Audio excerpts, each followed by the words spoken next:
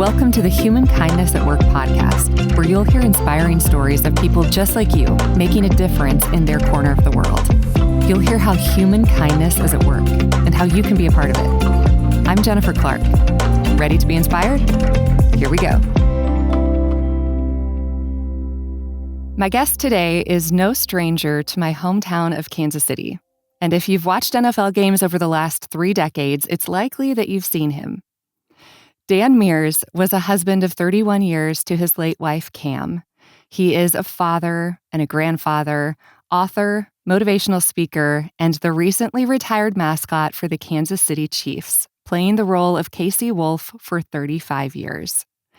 He's the NFL's longest tenured mascot, with 10,000 events under his belt. He was the first NFL mascot inducted into the Mascot Hall of Fame in 2006, and even has the NFL's Mascot Lifetime Achievement Award named after him. Dan is a beloved member of the Chiefs Kingdom, and one of the things I love most about him is the way he has used his influence to make a difference in his world.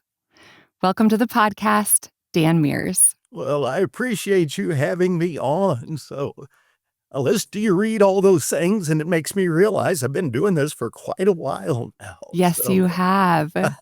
Yes, you have. It's such a joy to have you. Well, thank you. You know, I think especially for children, when we get to know a character and realize there's a real live human being behind that character, it kind of is mind-blowing. But even for adults, we're so used to seeing just your wolf, big hips and big eyes and, like there's a person behind all of that. Yeah, my hips aren't quite as large when I get the costume off. So not quite as much facial hair either. So Yeah. Well, for people that are not Chiefs fans and don't know Chiefs history, can you just clear up this little question? Why in the world do the Kansas City Chiefs have a wolf for a mascot? I get that question a lot, but before they built Arrowhead Stadium, the Chiefs played in Memorial Stadium, and they had a group of fans that would sit together, and they called themselves the Wolf Pack. And that's where the idea of having a wolf instead of a sheep as the mascot came from. So it all goes back to the old Wolf Pack. Got it. Okay. So that makes a lot more sense. So Dan, why did you even take the job? Like, that's not a typical job, that people grow up wanting to be. How did that happen? Yeah, this isn't one of those things where back in elementary school, I thought, I'd sure like to grow up and wear a costume for a living for the rest of my life. And no, I had never been a mascot. I played sports in high school. Then when I went to college, I saw a little article in the school newspaper that said they were going to have tryouts to be Truman the Tiger. I went to the University of Missouri. And I thought, that sounds kind of interesting. And so, sure enough, I tried out. I got the job. For the next 4 years, I ran around in a tiger suit doing sporting events and community events. Had a great time doing it. And then when I graduated, I actually got my first job working in professional baseball for the St. Louis Cardinals as a character called Fred Bird. And so I'm in St. Louis running around in a bird suit doing professional baseball. I get a call from the Kansas City Chiefs saying they were starting up this new Casey Wolf program. Wanted to know if I'd be interested in it. And I thought about it and prayed about it. In baseball, they play 81 home games in the summer. Professional football, we play 10 during the fall and the winter. And I'm not the brightest guy around, but I knew that was a good switch to make to the NFL. So I came to Kansas City and, like I said, been here for 35 years. Wow. That's incredible. They must have seen something in you, to give you a call. That's pretty awesome to catch their attention. Well, it was a great fit, and the more I prayed about it, the more I realized that Kansas City was kind of where the Lord wanted me to be, and so I came here, and I have zero regrets. I've loved my time in Kansas City. That's awesome. Dan, you're also an author of 2 books, and you have said before in your writing and in your speaking that there's a difference between someone's occupation and their preoccupation. I thought that was such a cool concept. I'm curious, what is your preoccupation? So people know what my occupation was. That was mascot.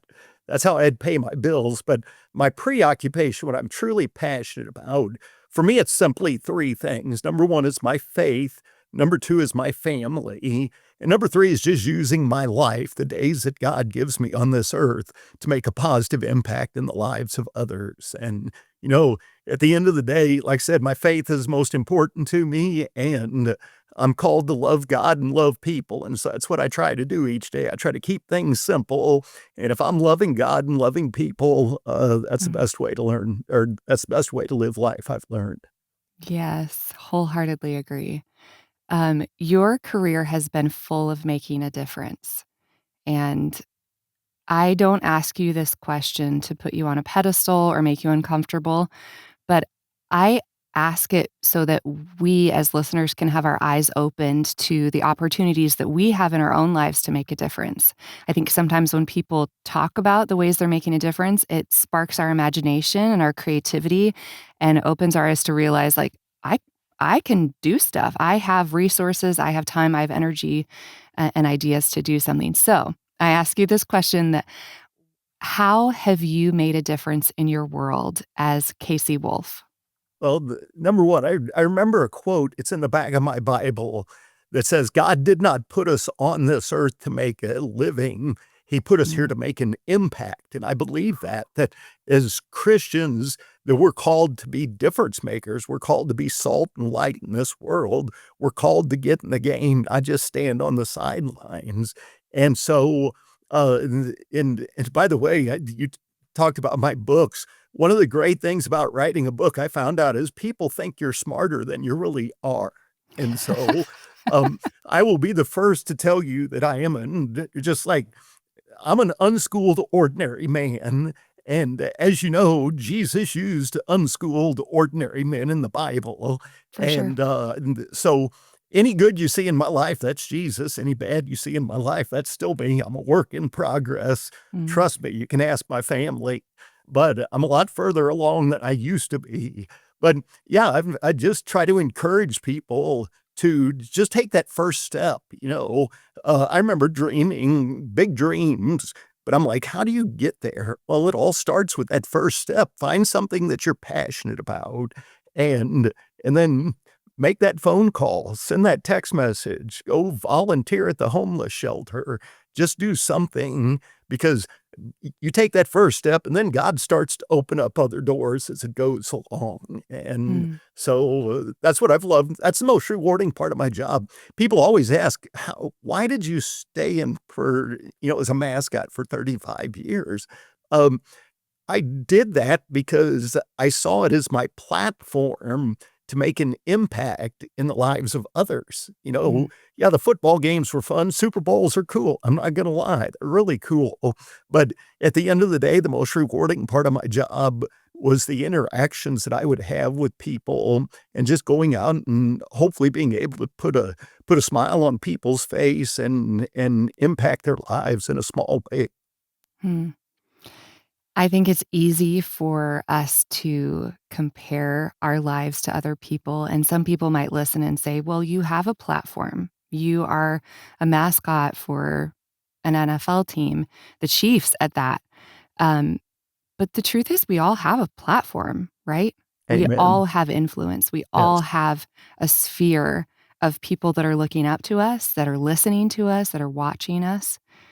So, yeah, using your influence is incredibly important. You say in one of your books that it doesn't matter if you're the CEO or the mascot, you put yourself as kind of like the tail of the team, Yeah. right? Like on the bottom of the totem pole. Um, that each of us has a very specific purpose Yeah. that's God given. Whether And you're the CEO or the custodian of your company, whether you're the head coach or you're the team mascot, we've all got that opportunity to make an impact. I tell this to my kids all the time.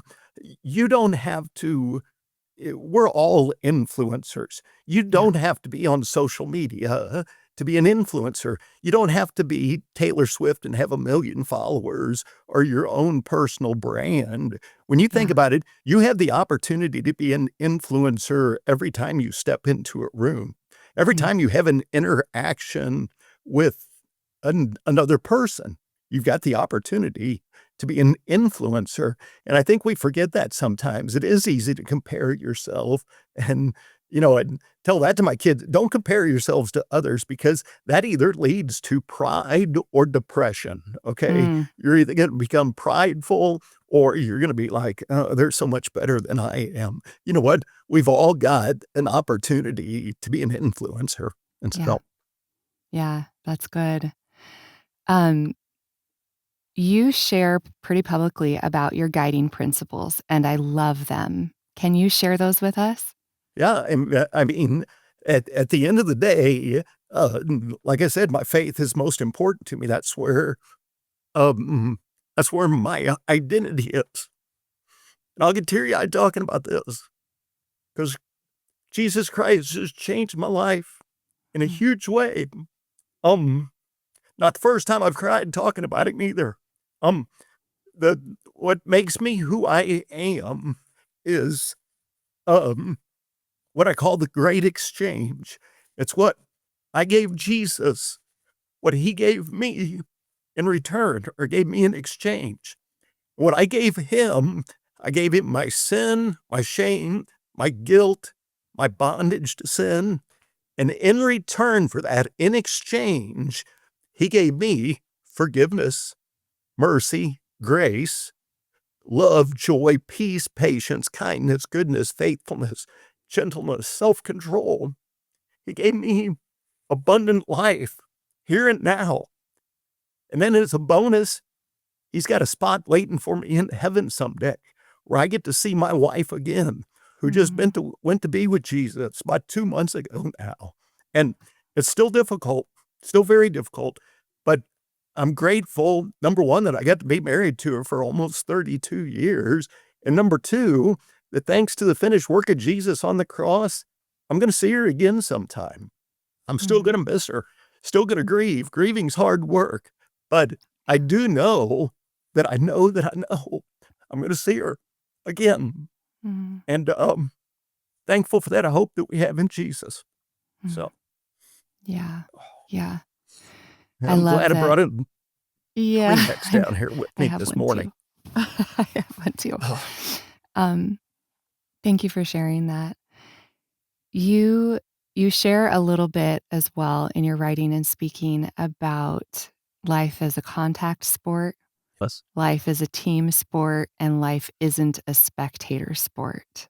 Can you elaborate on those a little bit? Well, life is definitely a contact sport, and I feel like, I feel like I've been taking the blows this past year. My Mm. wife passed away. A month after my wife passed away, my dad passed away, Oh my and so gosh. it has just been, it's been a rough couple of months, but, so it is a contact sport, and it's not just a contact sport for me.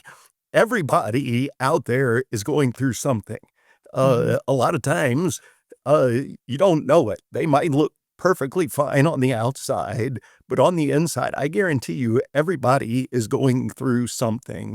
Yeah. And but life's also a team sport, as we say. We need each other, and I've watched that firsthand over the past 2.5 years that my wife and I have walked this cancer journey. The number of Mm. people that have come alongside of us um, to support us, to pray for us, to send cards and letters and cookies and meals and more cookies and cinnamon rolls and brownies and more cookies. And I mean, it's amazing. I'm not a diabetic yet, as many cookies as I've eaten over the past 2.5 years.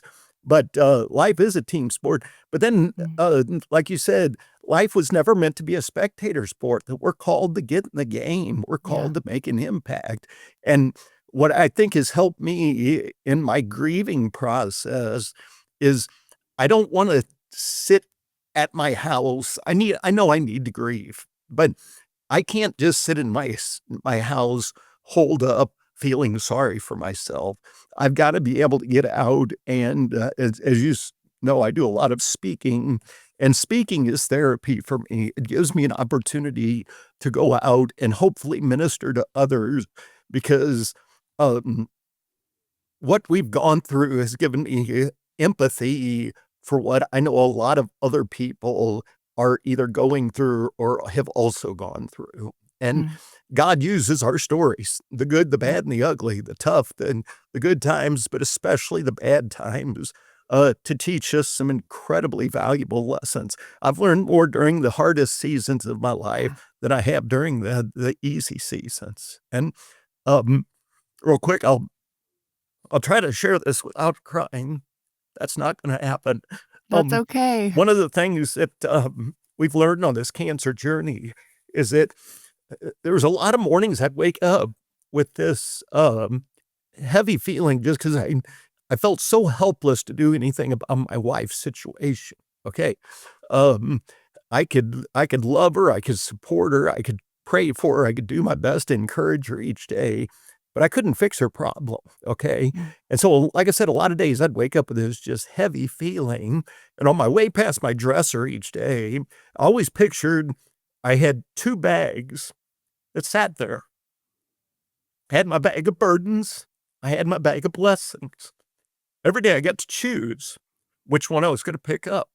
And what I discovered is that even though that bag of burdens just looked huge almost every day, when I would be intentional, when I'd pause, I realized the bag of burdens or the bag of blessings was a whole lot bigger than my bag of burdens. mm, And also learned that that bag of blessings was a whole lot lighter to carry through life than the bag of burdens is. yeah. And so, but I could, it would take us 2 hours for me to tell you all the lessons I've learned on this cancer journey. But I am Mm, thankful that God's character does not change. He's the same yesterday, today, and forever. He always has been good, always will be, always has been faithful, always will be. mhm. And I've seen it firsthand in my life during these hard times. So I'm going to need an IV after this interview. Thank you for being so vulnerable. Dan, the people that listen to this podcast, they wanna make a difference in the world. They wanna be involved, they wanna see change, they wanna bring hope to people, Yep. they wanna get outside of themselves. And so, what advice would you give to listeners who want to make a difference in their world? I would say number one, pray because God answers prayers. He really does. Even when we don't think He's answering prayers, He answers prayers. I encourage people find out what you're passionate about. You know, and everybody's different. I don't know. That's the great thing about God. He's given us all different passions. Mine is for widows and orphans, and so Mm, uh, I wrote the book. I've written 2 books now, but all the money we make off book sales, we give to charity. So we do a lot of work with, like I said, homeless shelters, orphanages, and food banks. And so, um, that's my passion. And so we sell these books and all that money goes. And so I try to travel around and go to these orphanages just to make sure that this money that we're giving to them is going to what I think it's going towards. mhm, And but yeah, I just encourage people find out what you're passionate about and then just start doing something. Just take a step and do something. Um and God is faithful. He will open the next door. And so that's what I try to encourage people. And then don't get discouraged. Good book says, don't get discouraged. Continue just to press on, knowing that you are making an impact. And mm, even if it's in the life of just one person, it's worth it. yeah, yeah. Dan, if listeners want to connect with you, maybe schedule you to speak, order your books, where can they find you online? If they go to danmeers.org, so danmeers.org, Meers is spelled with 2 E's. So Meers, but that's the We'll have best that in the way. show notes so that people can just it's a click away. Yes, So check out those show notes. I appreciate that. Um, Dan, thank you for sharing with us today. I think your life is such a good example of the fact that no matter who we are, what title we hold, as you say, we can all use our time, our talent, and our treasure to make a difference in the world. And you're doing that. Oh, thank you. Um, My parents used to tell us that your life's a lot like your finances. You can do one of two things with money. You can spend it or invest it. Money you mm, spend, you're never going to see it again, but money you invest, that's wise. That'll eventually multiply and return to you. When you think about it, we're going to do the same thing with our lives. You're either mm, going to spend it or you're going to invest it. A life spent selfishly is wasted, but mm. a life that is invested in helping others, encouraging others, influencing others, impacting others, that's going to bear fruit for an eternity. And so Yeah. that's my challenge to the listeners here today is take your life and invest it, use it to make an eternal impact in the lives of others. That's so good. Thank you, thank you, thank you for sharing with us. I hope that you get to enjoy this next Chief season without a giant mask on. Maybe you can keep those hips a little more There still, we go. no crazy stunts or anything, and just sit back with a snack and enjoy the game from a Well, different view. I do know I'm going to smell better after Chiefs games this year than I've had the last 35 years. So I'm sure of that. Oh, thank you so much, Dan, for being with us. thanks for having me. Take care. Thanks for listening to Human Kindness at Work. If you enjoyed today's episode, please leave a review on whatever platform you're listening on. It's a great way to help others discover the podcast and be inspired to make a difference right where they are. Until next time, keep an eye out for human kindness at work in your world. Whether it's big or small, it all matters. See you next time.